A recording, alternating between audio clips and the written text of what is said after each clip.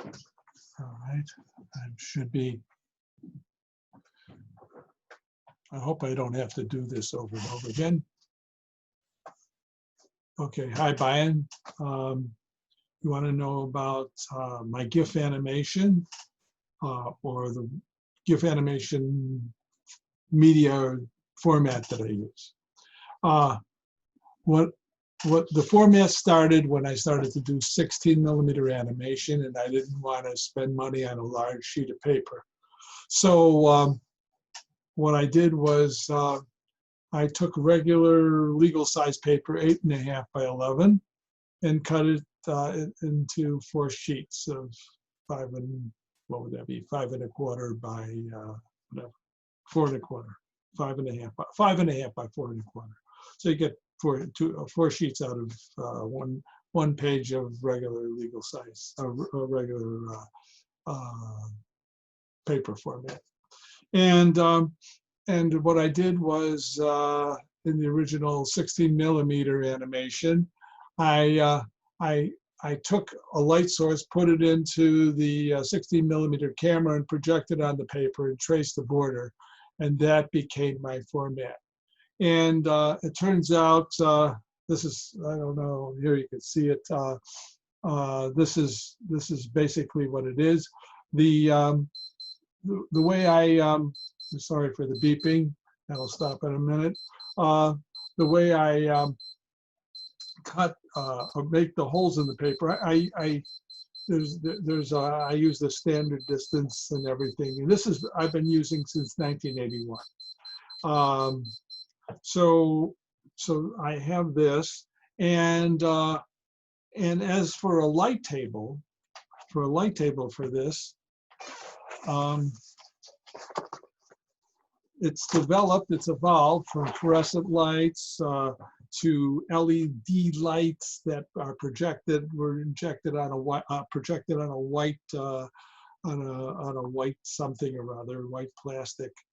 It's evolved to this, and this is the type of this is standard light technology for paneling and ceilings, and now they have it on light tables and light boards. And what I've done is I've taken a light board that cost, I don't know, $14, and I took a piece of plastic and I glued it to it with a painted format, and I drilled 2 holes, and I put into, in this case, 2 brass pins, and then I could take the paper and put it on here, and this thing would light up with you could just use a USB power source, and it would light up from behind, and you could stack, I don't know, six pieces of paper, and the light will go through, so you can see how the animation's progressing, and you can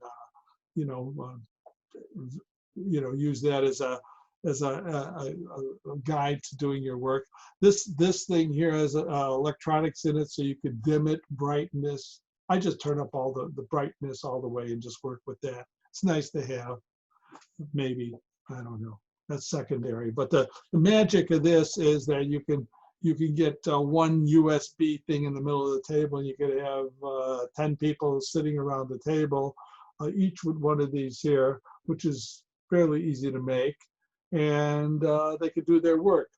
After they do their work, you take their stack, and I would say we work for about 3 hours, and the stack can vary depending on the detailing you've decided to do on your project.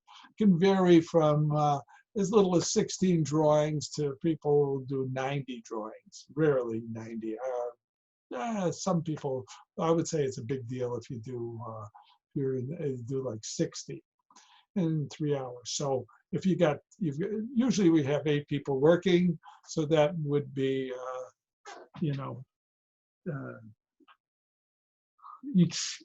each one of those, I don't know, runs for 10, 12 seconds. So you get like a minute and a half of animation from 3 hours work. Okay, so I take the stack And I go to a scanner, and I think I shared the screen here, so I'll show you some of the software that's used. Share screen,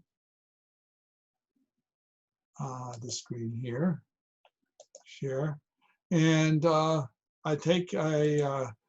use a software that's free. It's called Infra iFran View, and that's hooked up to my scanner. It's a Canon scanner. It's about a $60 scanner, and I got 2 registration pins on it here, and I scan each drawing. And I use a very low resolution, and I do not, what I want to do with my GIF files, or I initially wanted to do with my GIF files, is I wanted to make them as small and compact as possible. So, I'm using a resolution of 75 DPI, and this is what it looks like. It's I took this very thing here, scanned it on here, and then every subsequent image will be scanned on here. Let's go back a little smaller, and let me take some stuff that's already been done. Let me grab something that's been done. See if I can find it real fast or real slow. Be right back.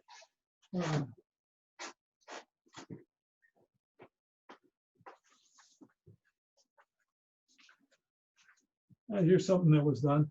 I try to have everybody just do not try to do shades of gray, because I'm only scanning black and white. I'm right over here is the scanner, so I'll put it on here. And like I say, I've got two pins, very shallow pins that are glued onto the scanner using the little stick gel stuff, so it's not permanent. And I scan the image.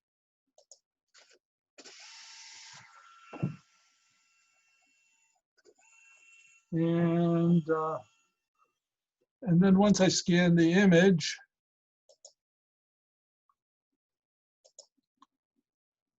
let's close it. I'm sorry, I'm not closing it correctly. Once I scan all the images, I use, by the way, this software at this point is free, and it's tied to the software that came with the Canon LIDE 220 scanner. I think there's that's, I don't know, $70, $80 scanner. I use this software called, it's going to pop up on the wrong screen. I have dual screens here. Let me open it. It's been opening on the wrong screen. It's called GIF Construction Set Professional. I've been using this for a long time, and so I'll go to the directory. I wish I could have it switch. I'll go to the directory that has this in it. I'll use someone. I'll use title. So you grab these by their number, and unfortunately some of the numbering is screwy here. 3. I'm just going to I don't know. You grab these and you build something, and then you could play it back. It's not doing much here, but that's because there's problems with this, the way it's numerically grabs the stuff. But anyways, I use View Animation GIF. I think they're charged $40 for this software. And here's something I did with it. I'll grab something I've already done. Open pattern. And of course, this is, all right, I'll play this.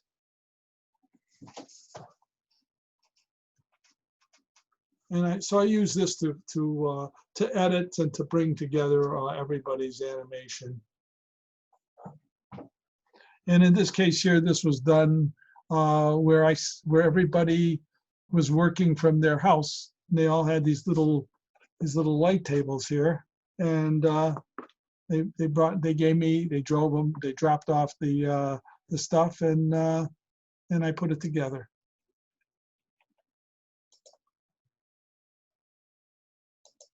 And actually on here, I'm going to close this off. There's free software. You can view this full screen if you so include, want to do that. So inclined. Let's see, it's got something. Well, let me close it. Oh, come on. There's oh, here, cancel. Another thing happening on another screen. Open, go to my scans. The last one I did was patterns. I don't know why I'm showing you this. You really got the idea from so far from them, but this is, you can make it appear on full screen like this.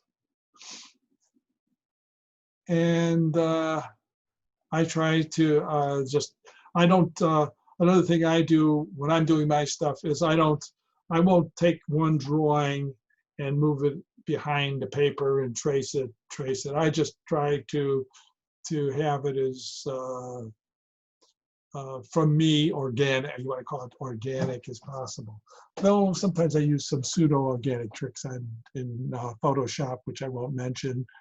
But I always keep the resolution and the black and using only black and white is my is consistent in all my GIFs. So they're relatively small files because the resolution is so low and there's not too much information other than its raster position.